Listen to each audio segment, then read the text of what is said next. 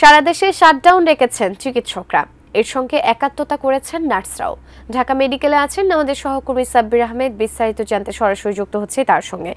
Sabbir, intern চিকিৎসকদের আসলে shutdown কর্মসূচি চলছে, তো এই শাটডাউনে তাদের দাবি দাওয়াগুলো কি কি, সেই সাথে চিকিৎসা সেবা যারা নিতে আসছেন তাদের ভোগান্তির দিকটাও জানতে চাই। ধন্যবাদ সুজানা।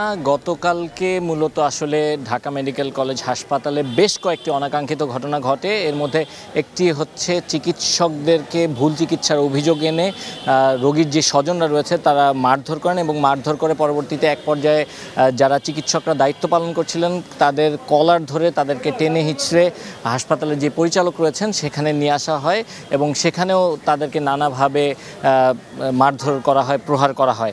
এবং তার পরপরই আরেকটি ঘটনা ঘটে যে বাইরে দুপক্ষের সংঘর্ষের ঘটনা ঘটেছিল এবং একটি পক্ষ ঢাকা মেডিকেল কলেজ হাসপাতালে চিকিৎসা নিতে এসেছিল, কিন্তু সেই যারা আরেকটি যে পক্ষ রয়েছে সেই পক্ষের লোকজন ঢাকা মেডিকেল কলেজ হাসপাতালের ভেতরে ঢুকে চাপাতি দিয়ে কুপিয়ে যাকে তারা আগেই আহত করেছিলেন তার মৃত্যু নিশ্চিত করে তারপর সেখান থেকে চলে যায়। এবং সে সময় হাসপাতালে যারা দায়িত্ব পালন করছিলেন তারা প্রচণ্ড আতঙ্কগ্রস্ত হয়ে পড়েন এবং তারপর থেকেই মূলত হাসপাতালের যারা দায়িত্বরত চিকিৎসক এবং নার্স এবং অন্যান্য যারা রয়েছেন তারা বেশ কিছু দাবি জানিয়েছিলেন হাসপাতাল কর্তৃপক্ষ বরাবর, কিন্তু সেই দাবি আসলে মানা হয়নি এবং হাসপাতালে এই মুহূর্তে এখনও আসলে চিকিৎসকদের নিরাপত্তার যে বিষয়টি রয়েছে সেটি এখনও নিশ্চিত হয়নি। আর এই কারণেই শুধুমাত্র ইন্টার্ন চিকিৎসক নয়, এখানে যারা অন্যান্য যে চিকিৎসক অন্যান্য ডিপার্টমেন্টে যারা রয়েছেন তারাও কিন্তু একই সঙ্গে এই কমপ্লিট শাটডাউনের ঘোষণা দিয়েছেন এবং তাদের আরও কি কি দাবি রয়েছে সে ব্যাপারে দুপুর 2টা নাগাদ তারা জানাবেন। আমাদের সঙ্গে এই মুহূর্তে মেডিসিন বিভাগের একজন চিকিৎসক রয়েছেন ডাক্তার শরীফুল, তার সঙ্গে আমরা একটু কথা বলতে চাই। আপনারা বেশ কয়েকটি দাবি আপনাদের ছিল, এর মধ্যে আপনারা বলেছেন যে নিরাপত্তা নিশ্চিত করতে হবে এবং শুধুমাত্র হাসপাতালের জন্য স্বতন্ত্র একটি বডি যেন তৈরি করতে হয়। এছাড়া আর কি কি দাবি রয়েছে? আপাতত তো আমাদের দুইটাই দাবি মেইনলি হচ্ছে যে আমাদের হসপিটালে হচ্ছে ডক্টরদের প্রোটেকশন মাস্ট, ঠিক আছে? ডক্টরদের তো আপনারা রেসপেক্ট করেন, এটা অন্য জায়গায়, বাট ডক্টরদের প্রোটেকশন না থাকলে ডক্টররা কাউকে চিকিৎসা দিতে পারতেছে না। কত বড় সাহস থাকলে বাইরে থেকে 50-60 জন মানুষ এসে মানুষকে মারতে পারে, শুধু মানুষ মানে ডক্টরকে মারতে পারে। একটা পেশেন্ট মারা গেছে, আপনারা কি কারণে মারা গেছে সেটা ইনভেস্টিগেট না করেই অতর্কিতভাবে কাউকে হামলা করা, ডক্টরদের গায়ে হাত তোলা, যে ডক্টরগুলো ইনফ্যাক্ট ওই ডিপার্টমেন্টের ডক্টরই ছিল না, তাদেরকে পাইসে মার দিছে, এটা কোনো সুস্থ মস্তিষ্কের মানুষ এটা কাজ করতে পারে না, ঠিক আছে? ডক্টরদের যদি আজকে কোনো প্রোটেকশন থাকতো, হসপিটালে যদি কোনো একটা টিম থাকতো ডক্টরদের প্রোটেক্ট করার জন্য, তাহলে এত বড় সাহস কারো হতো না। ডক্টর এই যে একটা গেট দিয়ে এতগুলো মানুষ ঢুকতেছে, কোনো স্ক্রিনিং নাই, কি রুগীর লোক এরা নাকি বাইরের লোক, এরা কে আমরাই জানি না, এসে ডক্টর মারতেছে।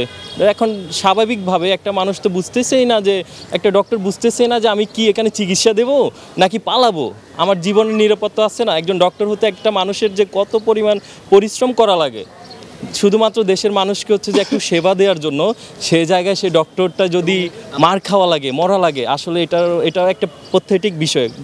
শুধু তো আপনাদের নিরাপত্তা না, যারা রোগী চিকিৎসা নিতে আসছে তাদেরও নিরাপত্তা অবশ্যই দরকার, ঠিক আছে? একটা পেশেন্টও যখন আসে হচ্ছে পেশেন্টের মানে নিজেরও তো একটা নিরাপত্তা আছে। মারামারি লাগলে তো শুধু ডক্টর মার খাচ্ছে না, কে মার খাচ্ছে, এটা দুইটা পার্টি হয়ে গেছিল গতকালকে, শুনছেন কিনা জানি না, ডক্টরদের মারামারির পরে তারাও মারামারি লাগছে, কোপাকুপি লাগছে। তো হসপিটালে একটা নিরাপত্তার বিষয় অবশ্যই আছে। কমপ্লিট শাটডাউনের ব্যাপারটা একটু যদি কমপ্লিট শাটডাউন বলতে হচ্ছে যে এখন ডক্টরদের যদি আসলে ন্যায় বিচার না দেয়া হয়, এখানে ডক্টরদেরকে মেরে বের হয়ে গেছে এত বড় সাহস নিয়ে যে ডক্টররা কিছুই করবে না, বসে থাকবে, এটা হয় না। ডক্টরদের উপর এর আগে অনেক জুলুম হয়েছে, অত্যাচার হয়েছে, কেউ কিছু বলে নাই, ঠিক আছে? এবার সব ডক্টর, বাংলাদেশের সব ডক্টর এক হয়েছে, এখন সবাই হচ্ছে যে কমপ্লিট শাটডাউন না করলে প্রশাসনের টনক নড়বে না, দেশের টনক নড়বে না।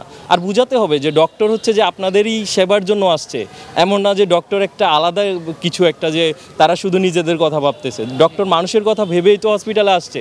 এখন সেই ডক্টরকে যদি আপনারা মারেন, রেসপেক্ট না করেন, ডক্টর এই কাজ করবে না। শুধুমাত্র বাংলাদেশেই এমন হয় ডক্টরদের গায়ে হাত তোলা, তাও তার কর্মস্থলে, তাও ঢাকা মেডিকেল কলেজের মতো হসপিটালে এসে মার দেয়। অন্য কোথাও হলে অন্য কথা ছিল। ধন্যবাদ। আমরাও চাই আসলে চিকিৎসকদের নিরাপত্তা নিশ্চিত করা হোক, পাশাপাশি যারা রোগী রয়েছেন তারাও যেন বিপক্ষে না পড়েন সে ব্যাপারেও তারা চিকিৎসকরা নিশ্চয়ই ভাববেন। তো এই ছিল এই মুহূর্তে যে কর্মবিরতি চলছে সেই কর্মবিরতির সবশেষ চিত্র। দুপুর 2টা নাগাদ আবার পুনরায় এখান থেকে সংবাদ সম্মেলন করে তাদের যেই দাবিগুলো রয়েছে সেই দাবিগুলোর ব্যাপারে তারা ঘোষণা দেবেন। এই ছিল আমার কাছে এই মুহূর্তে সবশেষ।